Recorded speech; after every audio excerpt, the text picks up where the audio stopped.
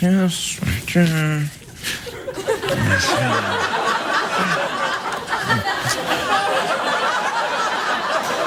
Oh, sorry, everyone. I didn't see you there. I was just writing about my distaste for the bourgeoisie.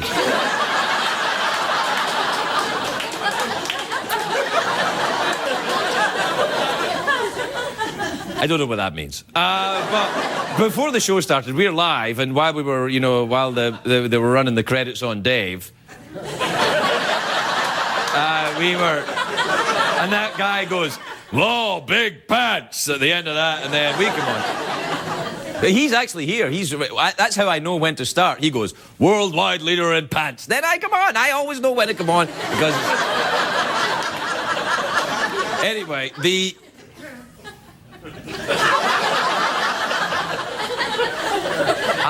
I don't know if I've got a trained ear or not. Did you hear a very condescending laugh from the audience? Did you hear a guy going, ah ha ha? Did you hear that? See it? No. Ah ha ha. Where was it from? There? Was it you? Oh, I'm most terribly sorry. Yeah. Do you know who likes to censor television? The bourgeoisie. That's the only reason we have censorship, because the bourgeoisie. I have a great distaste for them. Much like Flaubert.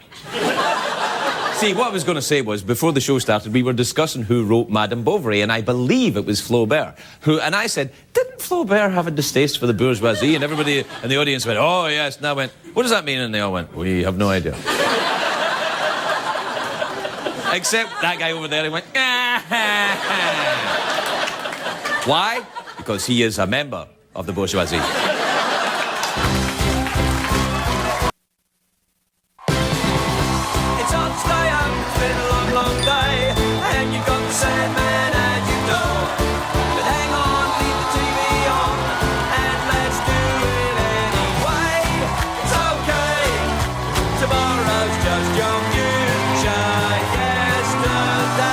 Ladies and gentlemen, Craig Ferguson. Yeah! Hey, how you doing? Come on in. Hi, buddy. All right. Welcome to the show. I am your host, TV's Craig Ferguson. Thank you. All right, thank you. Thank you, everyone. Please. That's right. Thank you. And we're done. Come on now, let's not be phonies about this at all. It all stopped being real a long time ago. Hooray! Hooray! I'll stop it now. Now you're just patronising me, you bastards. Knock it off. I seem to be... Hold on. Something coming through. It's a great day for America, everybody. Yes,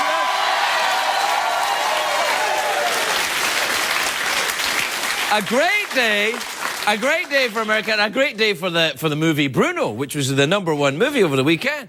It's a fantastic movie. It's about an effeminate foreigner who interviews people and makes them uncomfortable.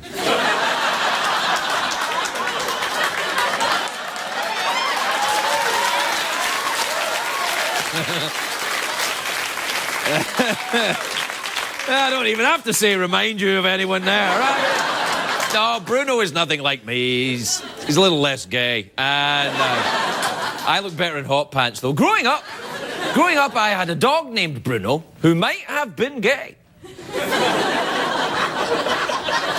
I never saw him going after lady dogs. But now I think about it, he lost interest in lady dogs after he had a certain operation. I still can't remember why we gave him breast implants. No, we didn't. Yeah, we did, actually. He enjoyed playing with them as well. He was very... Now I have 2 more things to lick. No, I didn't didn't see the movie Bruno, but it won't stop me talking about it. I'm a guy on TV. It's what we do. We talk a lot of crap about stuff we know nothing about. That's what we do. That's the game I'm in. That's right. And let me just say, as a middle-aged white guy with very limited experience in other ethnic groups, I know what I'm talking about every time I say it.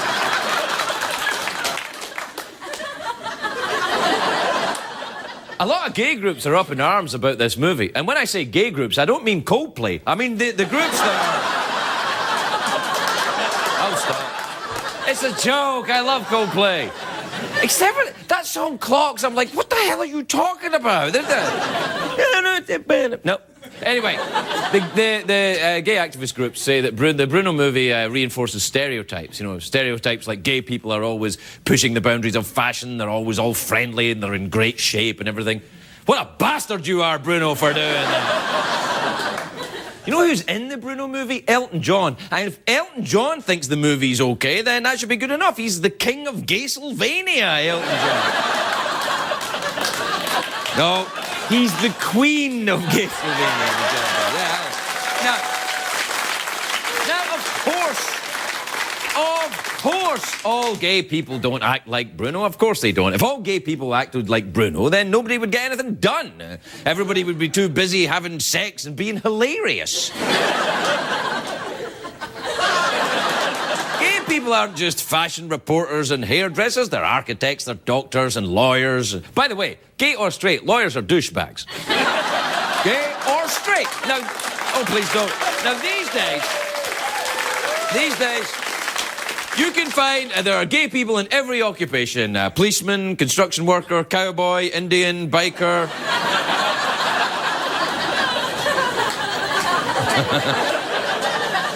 What I'm saying is I think most audiences are smart enough to know that all gay people don't act like Bruno. Unfortunately, there are some people who don't realise this. And these people are called morons. And... morons use a funny movie like Bruno to reinforce their own ignorant ideas. And morons always ruin it for the rest of us. No, I don't want them gays in my neighbourhood checking out my ass. No one's checking out your ass. Not until you lose 50 pounds and get a belt that matches your shoes, mister. That's for sure. Now,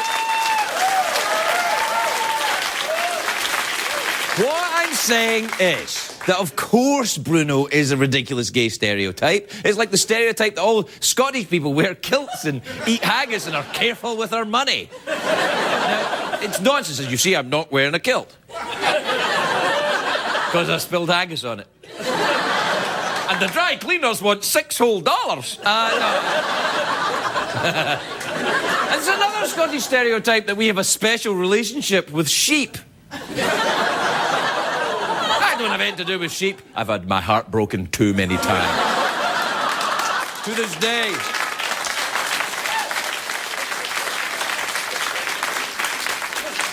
To this day, I can't wear wool socks without crying.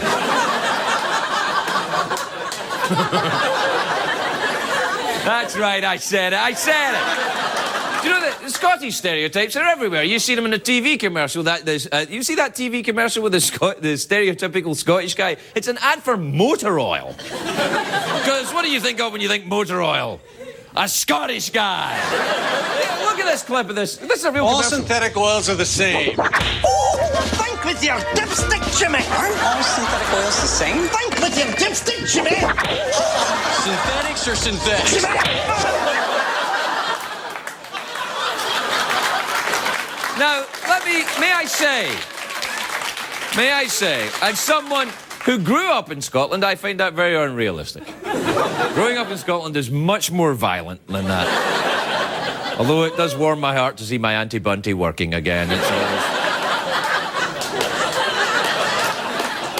Her ginger beard makes me think of home.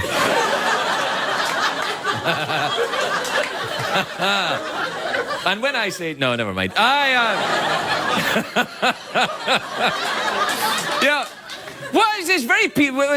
It's very PC to act like we're all the same. We all believe the same things. But everybody knows that's not true. The thing to remember of the Bruno movie is it's a joke. It's a comedy. Comedy's always going to upset someone. That's why I always make fun of the Amish. No TVs. That's how you do it. There. Jebediah, did thou hear the Scottish late-night Conan guy has been mocking us? I declare we build a barn around him. Now, I use stereotypes on this show, I freely admit it. It's for the sole purpose, just so as you know, of getting a cheap laugh. I say that Canadians are polite and smell like bacon. I say that the French are apathetic and smell like onions. And I say that the Germans are all Nazis who worship David Hasselhoff and poop on each other. Now, some of these things are actually true. Not all of them, and not for all the people, but for some of the people, come on. Come on! You know it, I know it. I actually think it's funny when people use, Scottish stereotypes. Like, a lot of people think that Scotland is like the movie Braveheart. And Scotland isn't helping that change. In the town of Stirling in Scotland, it's an old town, they've got a big statue of William Wallace, who's the legendary revolutionary reader. Oh, yes, he was reading May before. He was like, oh, I have no time for your kilts and haggis. I've got Madame Bovary to read. No. He was a legendary leader.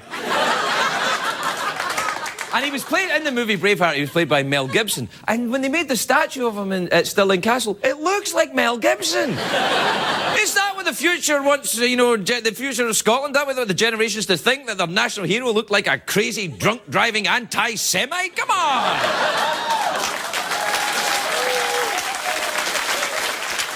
All right, we have to take a break. We'll be right back.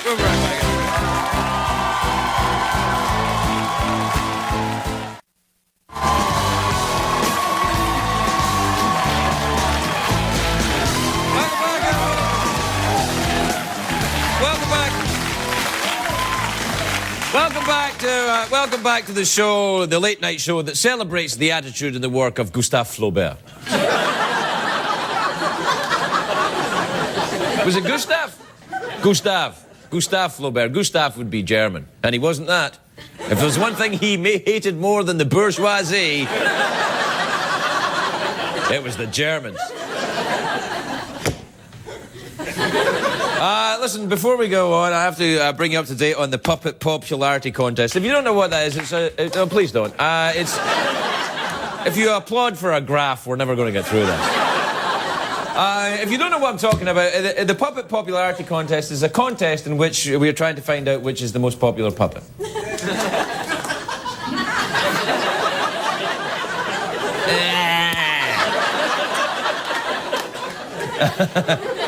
Anyway, I'll have a look at the graph here.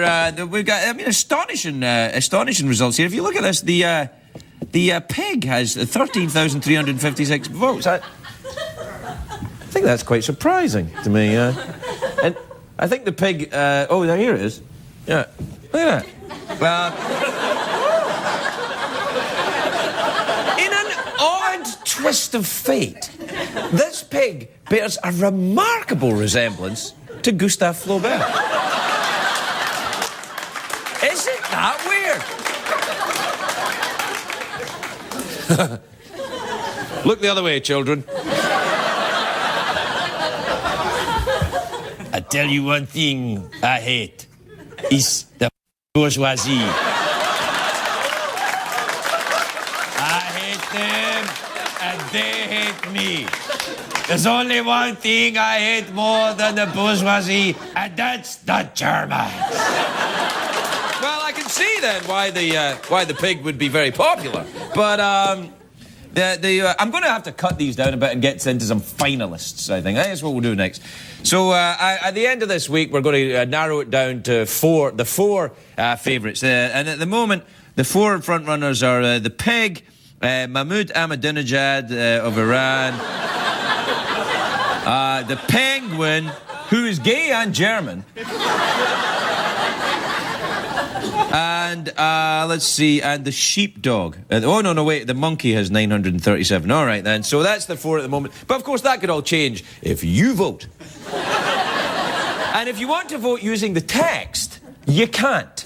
But... Oh, can you? 1-800 the text? No. You can't. We don't have a phone. So, I mean, we have one phone, but you can't text on this, and it's not connected to anything. It's just so I can go, oh, hello, who's that? A celebrity?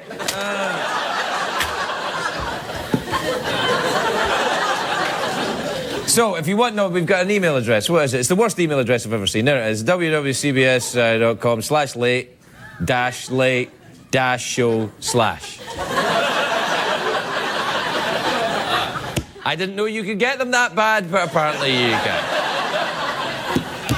All right, I can't be mucking around doing graphs and having fun. I got to read the emails. All right, do we have time for the emails? Yes.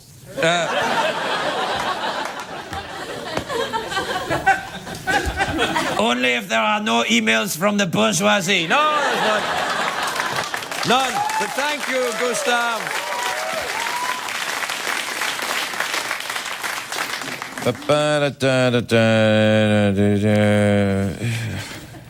Wow, I didn't know this. This is from Gail in Philadelphia, in PA. Which I used to think was Pasadena. Gail says, Dear Craig, I was pumping gas the other day and noticed you on the TV at the pump. Did you know people can pump and watch you at the same time?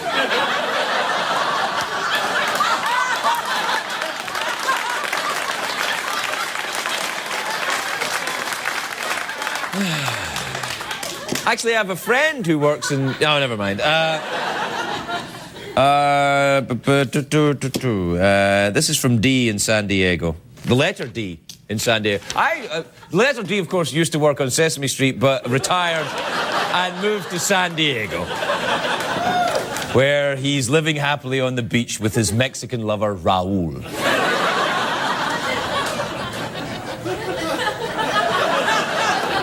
Oh, wow, yeah, we're running over tonight, eh? Ooh, you better have a meeting.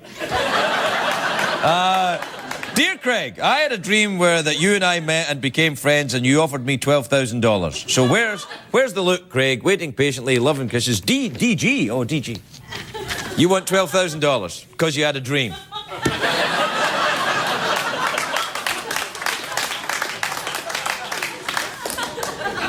Dream on. Are we really completely out of time? All right, we have to take... Oh. This is from... What? We're 4 minutes over? We're four beeps?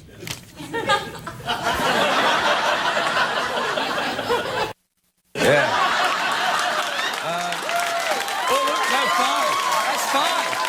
Oh, 5. Dear CBS, I am a constant viewer of your shows. And last night, Ferguson swore 5 times. Now, I like my swearing to come in groups of 4. If he swore 5 times, I think that's just it. I'm cancelling my subscription to a free network! We were right back,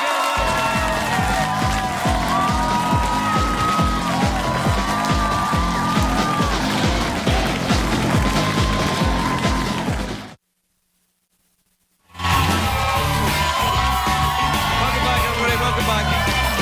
I'm sorry to stop you. I must stop you, everyone. I would like to issue a formal apology. On the show, I have sworn 5 times tonight. So far.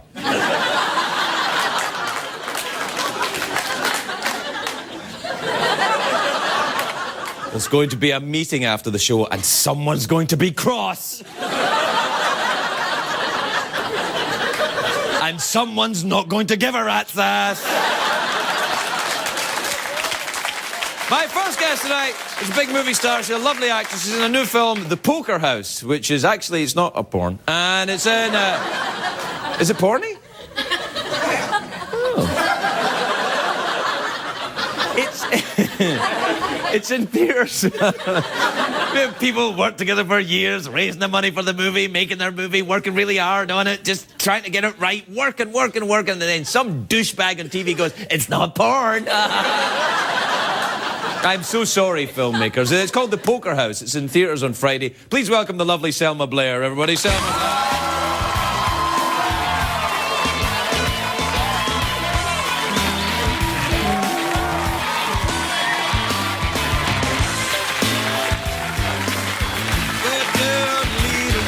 Hello, Selma. It's the poker house. Do I look like I'd be I'm able to be in sorry. porn? I'm I sorry wish. about saying that about I porn. wish I did. Oh no, you don't want to be in porn. No, no, no. I don't really wish, but no. yeah, I don't think I'm the type. No, you're not. You're far I'm too. far too flat-chested. No.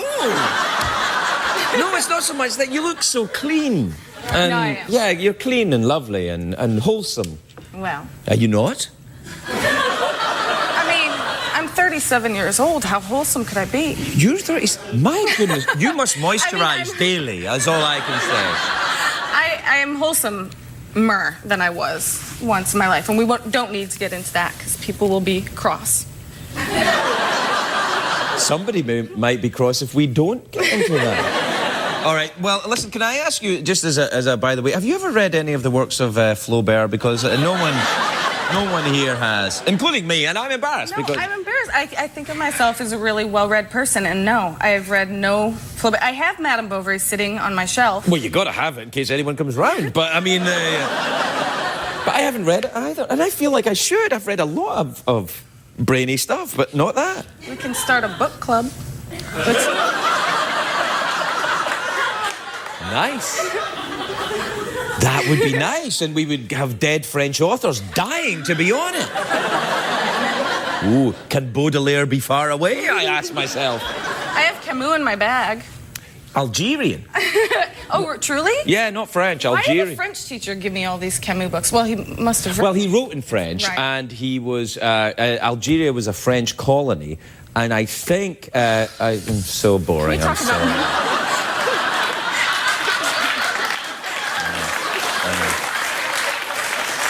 I know. It's true. It's true.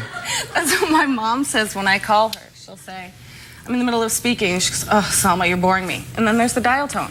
She doesn't even say It's kind of a good way to be, though. You don't have to... I think it's very refreshing. Wow. I'm going to do that with more people on the show, but you did it to me first. I'm going to use it as my new technique, though. Like when people are talking about their movies, I'm like, oh, God, this is so I know. good. It's Oh, high blah, time. blah. We all played pranks on each other. Everyone, I know. It's high time. Someone did. Well, the thing is, though, people stop being your guest if you're rude to them, I find. Your mother, it's okay. Your mother can be rude to you because it's not like you go, I'm getting another mother. You know, that you can't do I that. wouldn't mind if you did it. It's me. All right, well, tell me about your movie then, and if it's... But I warn you, if it's not interesting, Daddy's taking a nap. Let's go. Lori Petty directed it. Lori Petty, okay. That's interesting. That is Tank interesting. Girl, and she's Lori Yeah. Petty, and it's her. It's the story of her life, and I play a very drug-addled, mother. I play her mother. I mean, she's not playing herself in the film. right, She's okay. older than I am. Yeah, Well, that- she might not be actually. Okay, I'm nodding off. I know, All right, I know. yeah. All right. I'm nodding off too. No. I shouldn't go on these. No, I you should. No, you're doing great. Now, so no, you are really. Now, in the movie, does anyone go nuts and shoot up the joint? I didn't read the script. I just read. Did the no, I'm books just you were kidding. in? I'm kidding. Yeah. I'm kidding. No, I wish someone would. I brandish a knife in the. You brandish. Do you I stab? But it's a rubber knife. It's a rubber knife. I You would brandish a rubber knife. But it's not supposed to be rubber. So I'm just making a note to see the movie. Oh, by the way, do you have a favorite puppet? A puppet? Yeah. Do you a puppet? It's a sort of. It's a thing with your hands. yeah. Why is Betty White on a puppet list? I have no idea. Because Silly. there's some very odd things that. Well, I am fond of Mahmoud Ahmadinejad jacket. Yeah. So did you vote No. for him in the Iranian elections? Because many other people didn't. No, I didn't. I didn't know that. I mean, how cuddly is a tennis ball on a stick puppet? Let me answer that question for you. How cuddly do you think?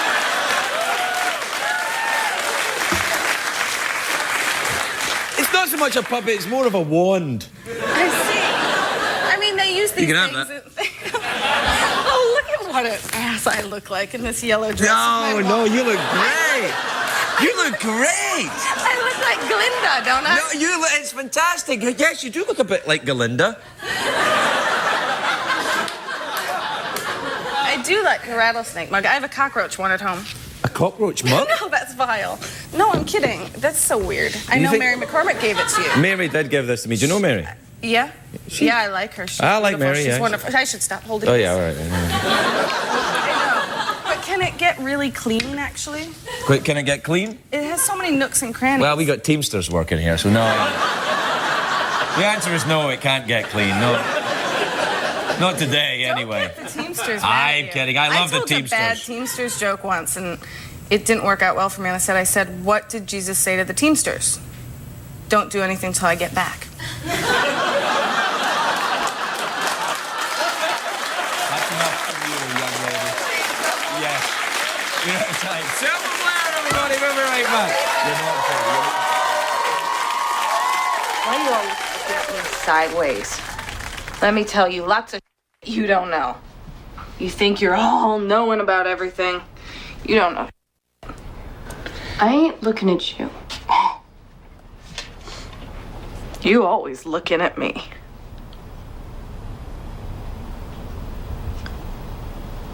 Ain't you got nowhere to go? Welcome back, everybody. Welcome back. Welcome back. My next guest is a Pulitzer Prize winning columnist. La Jusnik Gabrysnif, Nis Navario. Nabuzna Dobrovnik.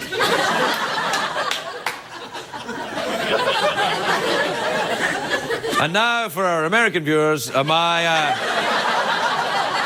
next guest. This show is seen all over the world.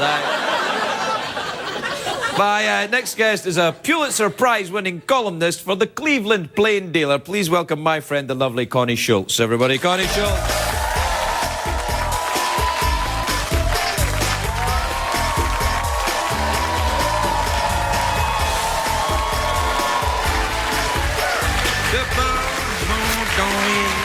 Hello, Connie. Hello, Craig. You look very, very lovely. I like your sparkly jacket. Thank you, Craig. It's not going to keep you that warm, but it's very warm here in LA.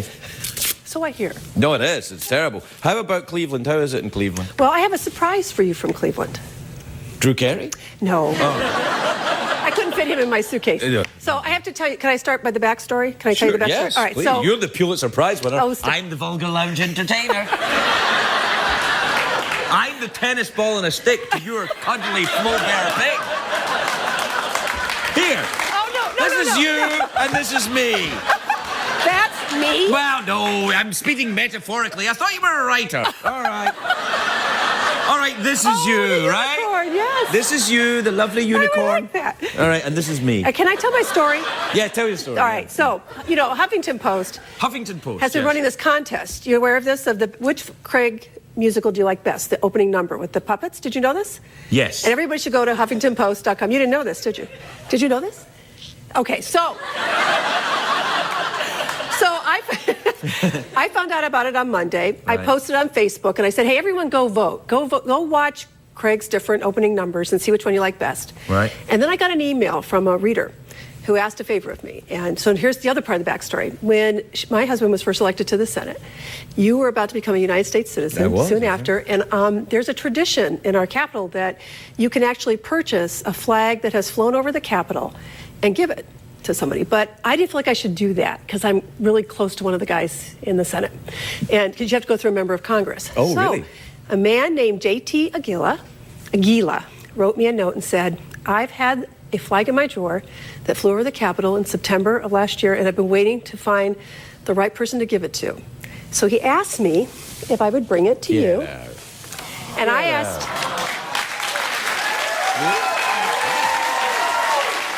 And so... That's amazing.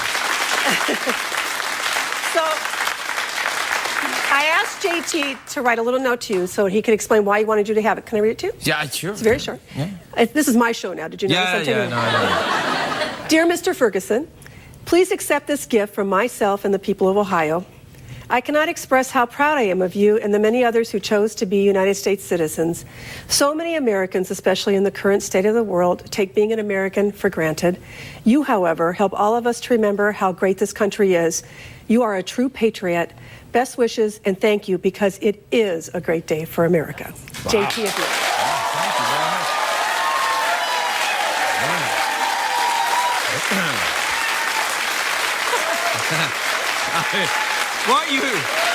What you didn't add, well, there's a PS from JT who says, my friends now think I'm gay because I can't stop saying, I know. Trust me, JT, it takes a little more than that. But thank you. Thank you very much. This is very, very kind. I'm going to fly this. Well, and your wife, Megan, is a direct I descendant. know her name. I know her name. Okay. Don't imply that I don't. Your wife, Megan, I know her name. Right. But she is a direct descendant of John Adams and Abigail Adams. Is that right? Is, yeah. So this is just perfect for you both. She is, yeah. I managed to marry into a swanky American family. you How did. about that? Yeah, I know. This is fun. Now, what would be the proper thing for me to do with this? You can fly it. And in fact, there's a certificate backstage for you that I think it was September 17th, 2008. It flew over the Capitol. Right. And it's a certificate that says that for you. Wow. And you can fly it at your home. I will. Look out for the flag, everyone. That's great. Now, listen. Tell me about you. Are you spending a lot of time between Cleveland and Washington? Back and forth. Right. Yeah. And how are things in Cleveland? How's the depression treating you? Well, it's been a tough time for Cleveland, as it is all around the country. You know, we got a lot of foreclosures, we got a lot of corruption. You know, it's a great time to be a journalist in Cleveland. Now, I was going to say, but the journalists, the folks that write for the newspapers like yourself, that's not a great business to be in right now, is it? It's not, but, you know, I've been writing about this lately because I think that there may be somewhat of a solution. And in fact, there was, just as I was writing in today, I found out there was a judge Writing ruled. in? You came by horse? No. Sorry. No, you're not. Nah, I'm not sorry. I came by unicorn. Yeah. So, Tra-la, I have come. I'm just that special. Right. So was a court ruling in February. Basically what I'm saying is these bloggers, you know the bloggers. You and I have so much fun with the bloggers. I love the bloggers. And they tend to take our work for free, and they interfere with our advertising rates online and stuff. But they can have mine, by the way. I don't care. But I do it. It's done. So I'm worried about copyright law, All and right. I'm thinking that. So we're working on a little bit to change it, and I sound like I'm rambling. And here's what I'm trying to say. Today there was a court case for the AP. Well, actually, the court case was in February. A judge said, "Yeah, you know what, blog aggregate, you can't just take their work for free." And today they settled out of court for a large amount of money, which is really good news. My point is this, more than anything else, to journalists across the country. I love this profession. I really love doing what I do. It would be a terribly sad thing to see the newspaper And they're business not go broken. away, Journalists are not broken. I spoke at Harvard a few months ago at the Neiman Conference, and I said the business model for newspapers is broken, but journalists are not broken, and I hope they keep the faith. I believe in them. I believe in our profession, but it's a tough time right now. Well, I mean, what I think would probably help, this is my idea about it, is the fact that the absolute no accountability rule for bloggers has got to go away. Yeah. I mean, if you... My example was that the big publishing houses, HarperCollins or something like that, if they publish something libelous or illegal, they get sued for it. Right. If you're Google or you're Yahoo, you say you can have links to the most distasteful, disgusting, unbelievably wicked and illegal sites, and it's not my fault, we're just a search engine. I don't think they're search engines, I think they're publishing houses. I think they should get sued if they are associated with these illegal or, disgusting. I'm talking about real nasty stuff. Believe me, you and I both have been on the receiving end of a lot of it. Yeah. And the thing is, you and I, everybody knows our name. Everybody knows what we look like. Not everybody knows my name, but I take your point. I see where you're going. What I meant was, I know. Any opinion I express, they know it's coming from me. Well, that's true. I mean, Right. I take responsibility for what I say because it's me saying it, or maybe that guy over there trying to get me to say something that I don't want to say. That would be our dear friend Michael. Yeah, you're talking my about. dear Poor friend Michael, who yeah. I give such a hard time. He's looking a little upset today, so. Well, he's mad because I cussed I five heard. times. But Five let's- times I cussed on the show tonight. Right. I mean, who would have thought?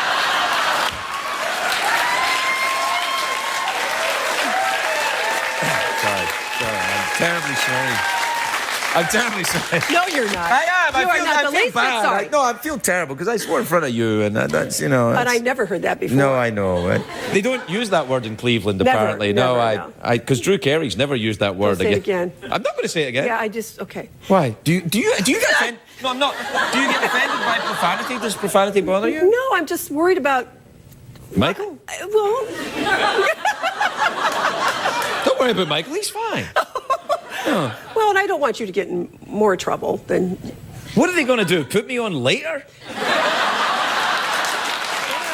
okay.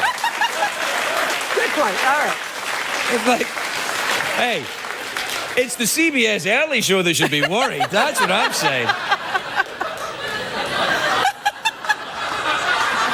Now listen, the great city of Cleveland and Washington. How are you doing with Washington? Are you hanging about with all the mucky mucks? No, I don't. Your husband's a senator. Yes. He is. Yes. That's right. Your husband's Sharon. In case you don't know his name, by the way. What was the question? How are you liking Washington? Are you mucking? Yeah, I don't go there a lot. I go some. Sherry comes home every weekend to Ohio. Right. Yeah. And, it's really important to not get too tangled up in Washington because those aren't the people who sent you there. And you've spent time there. I mean, I've been there a little bit. Yeah, and they were very nice to me, I got to be honest. Well, they were very nice. I had TV cameras with me, though. That helps. That does help a lot. Yeah. It does, though. But it's a lot's happening right now in Washington, lots going on, so it's an exciting place to be for that reason. But people are always talking on their BlackBerries, looking at their BlackBerries. You bump into people a lot in Washington. Yeah, no, that's a bit like Hollywood as well. Yeah. Did you run into this governor from, was it North Carolina, South Carolina? What's his name? South Carolina. South Carolina. I've never met him. Yeah. Because remember the last time you were here, we were talking about the loyal wives standing by, when the guy commits. It's kind of an ongoing conversation, isn't it? Yeah, well, I'm interested in your take. You're a senator's wife, so it's interesting to talk to you about that. I've had a hard time sometimes not taking some of the coverage personally because there's so much speculation about why wives do what they do or why they don't do it, and I can't speak for any of those wives. My whole point would be every single wife is different, including the wife who's married to an elected official. Yeah, and as is every husband is different. Well, and everybody brings a certain life experience. Oh, speaking of which, I read your book. I just finished your memoir that's coming out in September. Yes. American on Purpose. Yes, that's right. Thank you. But I'm saying it for a reason because, well, I'm an author, you're an author. I support authors. It's a very brave, it's a great book. It really is. What do you mean it's very brave? Well, you don't realize how brave it is, do you? You're honest. Are you sure you work in Hollywood? Because you were very... Not really. Not really. You were so honest in it. You mean about peeing the bed when I was a kid? All of it. And all the people that... That's right, ladies. Read the book. You'll learn a lot. But it's a really honest and raw book, and it's beautifully written. Thank you. And I found myself marking it up at times, and I don't do that with a lot of books, but I do the ones that I love. Well, So I think it's a great compliment. I'm excited for you. Thank you. Thank you. I'm excited for you because you're a senator's wife. You know what? I'm kind of tongue-tied because I respect your writing and love your writing so much that I feel a little uncomfortable with genuine good. I do nasty, snarky kind of ha stuff on the show, and so when it gets all nice like this, I get very uncomfortable. Well,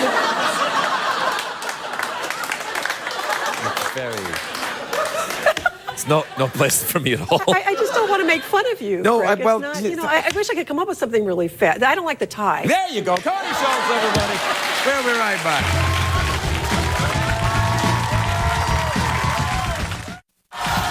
If you're going to be in the LA area and would like to attend a taping of The Late Late Show with Craig Ferguson, please call 213-833-6469. What did we learn on the show tonight, Craig?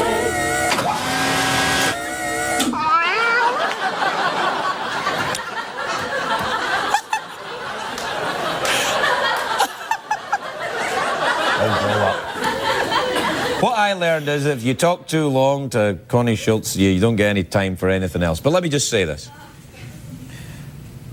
It's very rude to call a man out on his tie.